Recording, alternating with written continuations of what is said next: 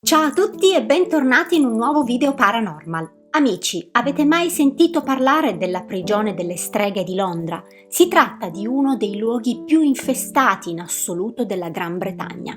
Nel 2005 una donna di nome Vanessa Mitchell acquista la casa dei suoi sogni, un luogo dal passato oscuro e misterioso, un'ex prigione medievale che ne ha viste di ogni, conosciuta soprattutto perché in passato ha ospitato 13 donne tacciate di stregoneria che aspettavano di essere giustiziate per impiccagione o arse sul rogo. La prigione è nota anche come la gabbia e si trova a St. Osyth. Vanessa, che è cresciuta in questo villaggio, conosceva benissimo la storia di questa abitazione e racconta di esserne sempre stata affascinata, attratta inspiegabilmente, tanto che una volta cresciuta ha fatto di tutto per acquistarla. Purtroppo però dopo soli 4 anni dal suo trasferimento è stata costretta ad abbandonarla per diversi eventi paranormali che a suo dire le hanno letteralmente distrutto la vita. I fenomeni, anche molto violenti, lasciarono scioccati forze dell'ordine, investigatori del paranormale e addirittura la Chiesa. Pensate che questo posto è stato persino paragonato alla casa degli orrori di Amityville, di cui abbiamo fatto anche un video. Amici, non perdetevi questa storia perché vi assicuro che vale assolutamente la pena ascoltarla. Ma prima di iniziare mi raccomando iscrivetevi al canale e attivate la campanellina per non perdere tutti i miei prossimi video. Ma adesso iniziamo. Siamo a St. Osyth, un piccolo villaggio nella contea di Essex vicino Londra, che prende il nome dalla nipote dell'ultimo re pagano d'Inghilterra. E secondo una leggenda davvero allucinante e macabra, la donna, che fu decapitata dai vichinghi danesi, non si sa come, sembra sia riuscita a raggiungere il convento lì vicino con il suo cranio tra le mani. E questa rimane solo una leggenda, perché di quella donna che chiese aiuto tra quelle mura non si seppe mai più nulla. Gli abitanti di St. Osyth, circa 4.600 persone, vivono in cottage medievali disposti tutti intorno ad un monastero del XII secolo oppure in semplici roulotte. Ma dalle storie che si tramandano di generazione in generazione sembra che questo sia un luogo davvero intriso di mistero, perché sembra che la gente sia riuscita a sopravvivere a vari eventi come inondazioni, invasioni di nemici e addirittura ad attacchi di creature mostruose. Pensate che una di queste storie parla di un drago che nel 1171 bruciò l'intero villaggio, per arrivare poi al 1582 dove 13 donne tacciate di stregoneria furono condannate alla forca. Ma il luogo di prigionia che ha fatto tanto discutere, la gabbia. E sembra che tra di loro ci sia stata anche Ursula Kemp, la strega condannata a morte per aver ucciso il figlio dei vicini con la magia nera. Nel 1800 la gabbia è stata ristrutturata ed è rimasta una prigione fino al 1908. Qui venivano trattenuti i trasgressori in attesa di processo. Negli anni 70 ci furono ulteriori lavori e un architetto con un progetto ben chiaro in mente la trasformò in un'abitazione. Buttò giù tutte le celle per trasformare quegli spazi in un ampio soggiorno e aggiunse anche 2 camere da letto al piano superiore che si affacciano sui terreni del monastero. Insomma, la gabbia è un luogo molto misterioso, ma anche davvero inquietante, perché nel corso del tempo sono state molte le testimonianze di fenomeni paranormali all'interno di quella dimora, come la storia di 2 coniugi che vi hanno vissuto per un certo periodo di tempo. Sostenevano di essere stati testimoni di vari eventi inspiegabili, come oggetti che sparivano per riapparire in posti insoliti della casa, i libri che volavano a terra dagli scaffali della libreria, e nel corso del tempo sono stati diversi gli inquilini che hanno rotto il contratto d'affitto per darsela a gambe. Poi una voce che girava al villaggio, un uomo che si era impiccato proprio dentro quella dimora. Della gabbia non si seppe più nulla fino al 2005, quando una giovane donna di nome Vanessa Mitchell decise di acquistarla. Vanessa, responsabile vendite di casa vacanza tra Tenerife e Scozia, torna a St. Osyth, dove era cresciuta, dopo 12 anni di assenza. a causa del lavoro che l'aveva trattenuta all'estero, ma che le aveva permesso di costruire una solida carriera, rendendola economicamente indipendente. Quando Vanessa torna a casa è decisa a restare, ma non vuole vivere in un normale appartamento, cerca qualcosa di diverso. Viene a conoscenza di una proprietà in vendita al 14 di Colchester Road che è sul mercato da diversi mesi ormai. Si tratta di una delle 7 gabbie medievali ancora in piedi in Gran Bretagna ed è stata totalmente ristrutturata e poi adibita ad abitazione. Vanessa conosce molto bene la gabbia perché ci passava davanti tutte le mattine per andare a scuola e tutti i giorni vedeva fuori dall'edificio quella targhetta misteriosa. Racconta di non averne mai avuto timore di quel luogo, anzi l'aveva da sempre affascinata. Racconta addirittura di esserne stata sempre inspiegabilmente attratta. Per questo fa una proposta d'acquisto, decisa a tutti i costi ad accaparrarsi quell'incredibile gioiello storico. Propone 147.000 sterline, circa 191.000 dollari, e il proprietario accetta subito, con grande entusiasmo. Il sogno di Vanessa è quello di trasferirsi definitivamente a St. Osyth, magari trovare l'amore della sua vita, sposarsi, vivere serenamente nella dimora dei suoi sogni. Ma le voci che circolano sulla gabbia arrivano anche alle sue orecchie e viene a sapere del suicidio di un uomo proprio all'interno della sua casa. Ma Vanessa lo racconta molto tranquillamente, dice di non credere assolutamente ai fantasmi, di essere molto serena perché aveva vissuto da piccola in una casa molto vecchia, con pavimenti scricchiolanti, in un quartiere praticamente abbandonato. Addirittura nei sotterranei c'erano dei rifugi per i preti, perché quando il monastero veniva saccheggiato, i monaci erano costretti a scappare, quindi si rifugiavano proprio lì sotto. Oltretutto era abituata ad urla agghiaccianti nel cuore della notte, non per via degli spiriti, ma perché la mamma si prendeva cura di ragazzi dipendenti da sostanze stupefacenti, quindi spesso ha sentito riecheggiare tra le vecchie mura della sua casa il dolore di quei giovani. Vanessa racconta di non aver mai saputo della storia che circolava sulle 13 streghe all'interno della gabbia. Dice però di essere venuta a conoscenza di un fatto davvero molto inquietante. In un terreno lì vicino era stato ritrovato lo scheletro di una donna, Ursula Kemp, con dei pali in ferro conficcati nelle braccia e nelle gambe per impedire che si alzasse anche dopo la morte. La storia di Ursula è molto nota in Gran Bretagna. Nel 1582 Ursula Kemp, una madre single che in cambio di denaro riusciva a guarire chiunque dal semplice raffreddore alle maledizioni, un giorno fu chiamata dalla vicina Grace Torlow, che disperata le chiese aiuto per il figlio malato. Ursula si recò immediatamente in casa sua e in men che non si dica il bimbo guarì perché Ursula recitò per 3 volte un incanto.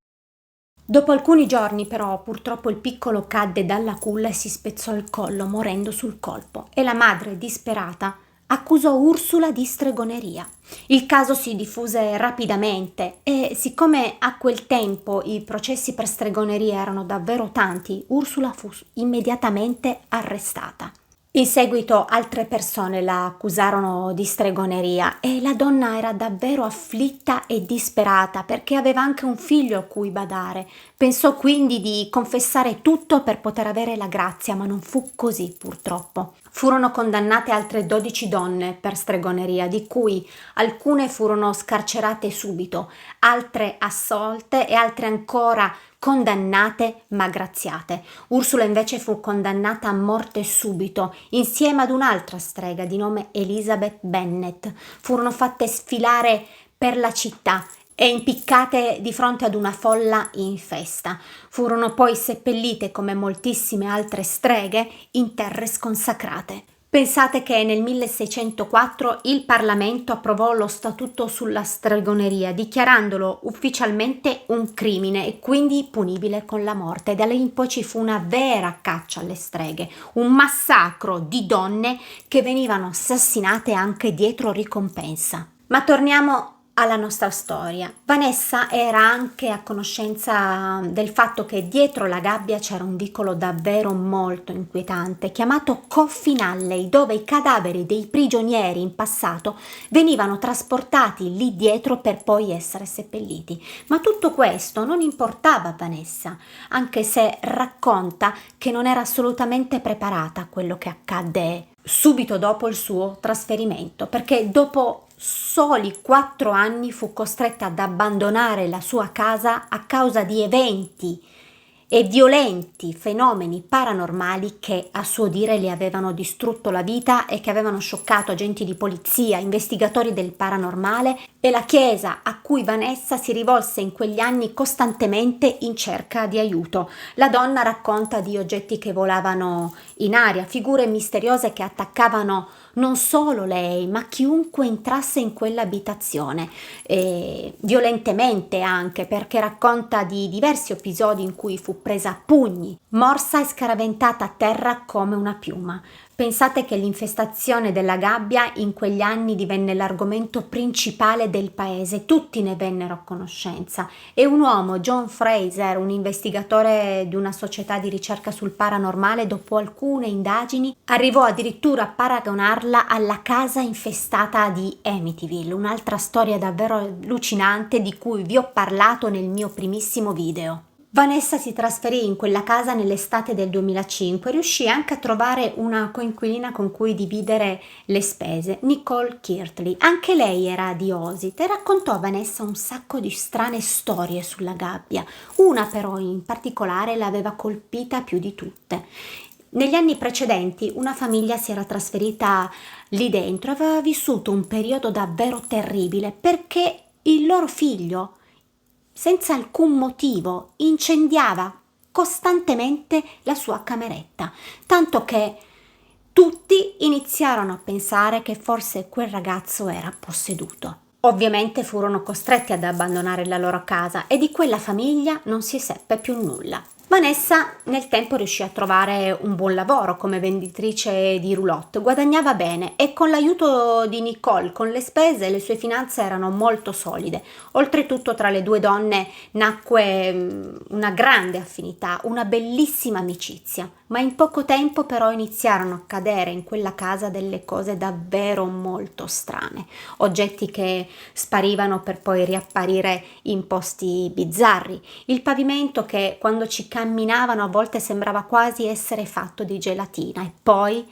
di notte alcune volte il pesante chiavistello della camera di Nicole scricchiolava come se qualcuno stesse tentando di entrare. Vanessa nel tempo raccontò di aver vissuto un vero incubo all'interno della sua casa. Per esempio, il giorno che arrivò Nicole accadde un fatto davvero molto molto inquietante. Mentre la ragazza disfava le valigie, Vanessa mise a bollire del tè. Sentendo dei passi dietro di lei, si girò di scatto pensando che fosse la sua nuova coinquilina, ma in realtà vide una nebbia nera con sembianze umane che la raggellò all'istante. Non raccontò nulla alla sua nuova amica, prima perché Nicole era molto malata e poi perché aveva paura di spaventarla e di perderla come coinquilina. Vanessa, dopo diversi episodi, decise di andare a fondo alla questione e riuscì a prendere in mano l'atto della proprietà, scoprendo che risaliva a diverse generazioni prima e che era stata abbandonata ogni 3 anni circa dopo la sua ristrutturazione, con 2 casi eccezionali, uno in cui venne abbandonata dopo pochissimi giorni e poi c'era il caso di un uomo che l'aveva acquistata per 150 sterline e dopo pochissime settimane la rivendette a soli 100 sterline. Non solo però, Ursula trovò anche un documento molto inquietante in cucina tra alcune scartoffie, il certificato di morte di un uomo che si era impiccato lì dentro 6 mesi prima che lei si trasferisse. Gli eventi in casa continuarono costantemente, tanto che un giorno durante le pulizie Nicole e Vanessa sotto il tappeto in soggiorno trovarono un'invasione di vermi.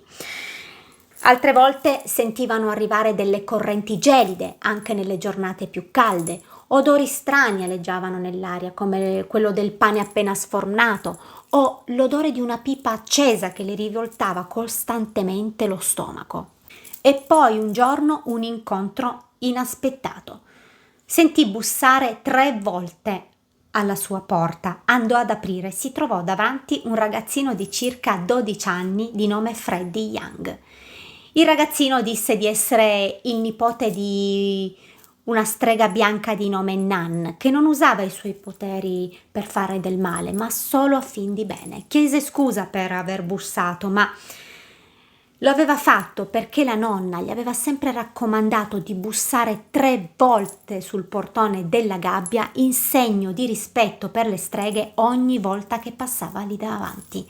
Quindi a quel punto il ragazzino si voltò, andò via e corse nel vicolo di Coffin Alley. I fenomeni inspiegabili però continuarono e ad ottobre Vanessa e Nicole decisero di organizzare a casa loro una festa per Halloween. Quella sera, mentre si travestivano da streghe, prima dell'arrivo dei loro ospiti, sentirono arrivare dal piano di sotto un rumore fortissimo. Quando si precipitarono per andare a controllare non c'era niente, non era accaduto nulla. Però percepirono entrambe una forte presenza e nei giorni successivi questi fenomeni continuarono, come il volume della TV che si alzava e scendeva da solo, le calamite del frigo che volavano attraverso la stanza, porte che si chiudevano di botto e poi urla strazianti di neonati nel cuore della notte. A quel punto entrambe le ragazze decisero di rivolgersi alla chiesa e incontrarono il reverendo Martin Flowerday e gli raccontarono ogni cosa. L'uomo decise di aiutarle.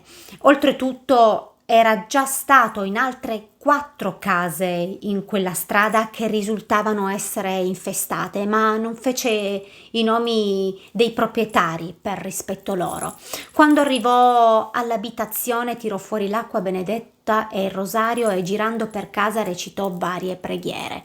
Vanessa raccontò che all'arrivo del reverendo la casa risultò stranamente silenziosa, fino a quando non arrivarono al piano di sopra e videro i rubinetti della vasca da bagno che sgorgava acqua.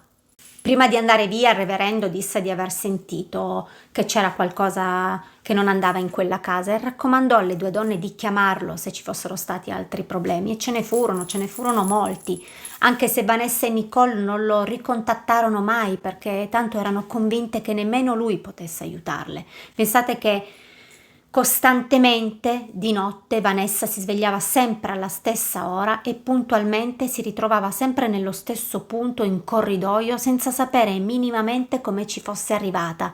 Addirittura arrivò a pensare di essere diventata sonnambula. Ma la cosa più inquietante è che scoprì che quello stesso punto era quello in cui si era impiccato il proprietario precedente. Vanessa raccontò anche di quando ad un certo punto iniziò a sentire costantemente nella sua testa delle voci che la spingevano ad uccidersi. In casa fecero anche un patto, nessuno doveva mai stare da solo, anche quando arrivò a vivere da loro il fidanzato di Nicole. Pensate che un giorno, quando Vanessa invitò a casa dei loro amici, ad un certo punto in soggiorno schizzò per terra del sangue, che non si sapeva da dove fosse arrivato. Subito si pensò al sangue di alcuni animali, magari quello di qualche corvo che ogni tanto si schiantava contro le finestre della gabbia, ma non trovarono nessun animale. E le ragazze erano davvero molto spaventate perché lo presero quasi come un segnale d'avvertimento.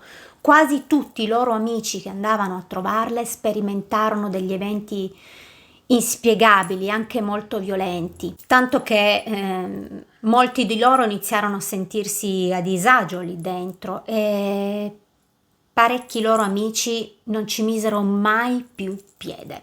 Dopo 2 anni Vanessa rinunciò a trovare qualsiasi spiegazione logica per quegli eventi, fino a quando nell'estate del 2007 non scoprì di essere incinta e questa cosa la mandò letteralmente nel panico perché aveva paura di crescere un figlio all'interno di quella casa maledetta. Oltretutto nel settembre di quell'anno ci fu una recessione globale, le banche iniziarono a fallire, ne risentì anche Vanessa perché il suo mutuo andò alle stelle e lei iniziò ad indebitarsi piano piano fino al collo. Oltretutto Nicole era andata via e Vanessa iniziò a preoccuparsi seriamente di non riuscire a mantenere né lei né tantomeno quel figlio in arrivo. Tante volte per risparmiare sulla benzina rimaneva a dormire nelle roulotte che aveva in vendita e quelle poche volte che tornava a casa era tormentata dai demoni che in diverse occasioni la spinsero per terra o addirittura giù per le scale. Vanessa raccontò anche di quando chiamò l'idraulico per un problema alle tubature, di come questo corse via dopo aver sentito dei passi molto pesanti dietro di lui, o di quando chiamò uno dei suoi amici per riparare un guasto elettrico e questo scappò via da quella casa dopo che delle mani invisibili cercarono di spingerlo giù dalle scale.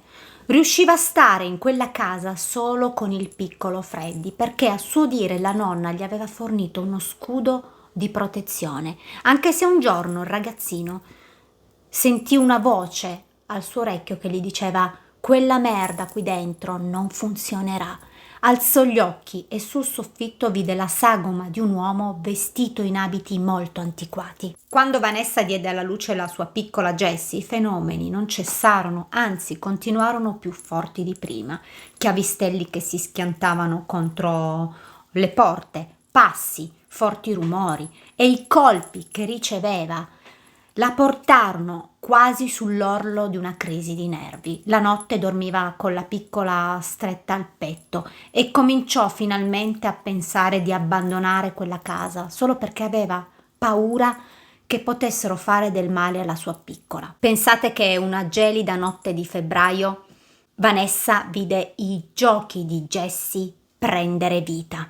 Si precipitò all'istante al piano di sopra per prendere la bambina quando vide una figura spettrale tra lei e la culla. La donna si fece coraggio, oltrepassò quella figura, prese la piccola e scappò via. Mise subito la gabbia in vendita, ma nessuno era interessato all'acquisto come immaginava. Subito andò a stare da amici, fino a quando nell'estate del 2008 non si trasferì definitivamente. Pensate che il giorno del trasloco, in piedi sulla strada, alzò lo sguardo e sulla finestra della sua camera da letto vide la figura in ombra di una donna. All'inizio decise di affittare la casa e la affittò subito ad una donna che se ne andò via, pensate un po', dopo 4 mesi. Poi l'affittò ad una giovane coppia con un bimbo che scappò a gambe levate dopo soli 2 mesi. Senza inquilini, ovviamente, Vanessa andò in bancarotta e nel 2010 decise di contattare una società di ricerca del paranormale e John Fraser si precipitò da lei insieme ad alcuni suoi colleghi per indagare, che scapparono a gambe levate da quella casa dopo aver riportato segni di bruciature sul corpo e altre numerose ferite.